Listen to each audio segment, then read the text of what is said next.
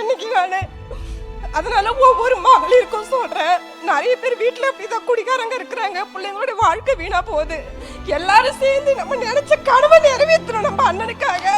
அந்த கனவு நிறைவேறிச்சுன்னா ஒவ்வொரு மகளிரோட நிலைமையும் மாறும், நம்ம குழந்தைகளும் முன்னேறுவாங்க. உங்க தயவு செய்து கெஞ்சி கேட்டுக்கிறேன்.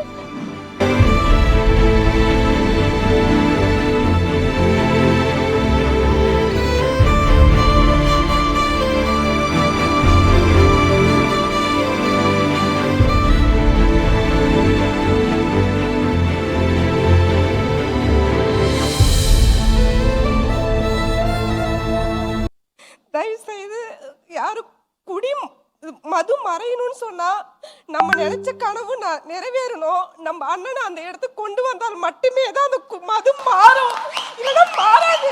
இன்னைக்கு குடிகார புருஷனால என் புள்ள படிப்பு வீணா போகுதுன்னு சொல்லிட்டு நான் தனி பொண்ணா நின்று என் பிள்ளைய இன்னைக்கு சாதிக்க வைக்கிறேன் இன்னைக்கு நானு. அதனால ஒவ்வொரு மகளிருக்கும் சொல்றேன், நிறைய பேர் வீட்டுல அப்படிதான் குடிகாரங்க இருக்கிறாங்க, பிள்ளைங்களோட வாழ்க்கை வீணா போகுது. எல்லாரும் சேர்ந்து நம்ம நினைச்ச கனவை நிறைவேற்றணும் நம்ம அண்ணனுக்காக. அந்த கனவு நிறைவேறிச்சுன்னா ஒவ்வொரு மகளிரோட நிலைமையும் மாறும், நம்ம குழந்தைகளும் முன்னேறுவாங்க. உங்க தயவு செய்து கெஞ்சி கேட்டுக்கிறேன்.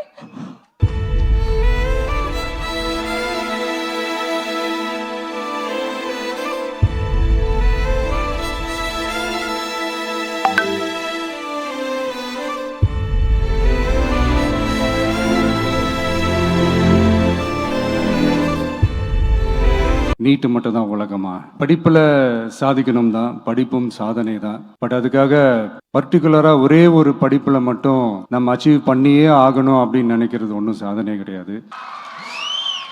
ஒரே விஷயத்தை பற்றி திரும்ப திரும்ப யோசிச்சு உங்கள் ஆங்ஸைட்டியை ஏற்றிக்காதீங்க.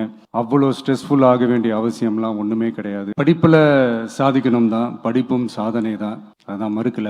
பட் அதுக்காக பர்டிகுலராக ஒரே ஒரு படிப்பில் மட்டும் நம்ம அச்சீவ் பண்ணியே ஆகணும் அப்படின்னு நினைக்கிறது ஒன்றும் சாதனை கிடையாது. நீட்டு மட்டும் தான் உலகமா?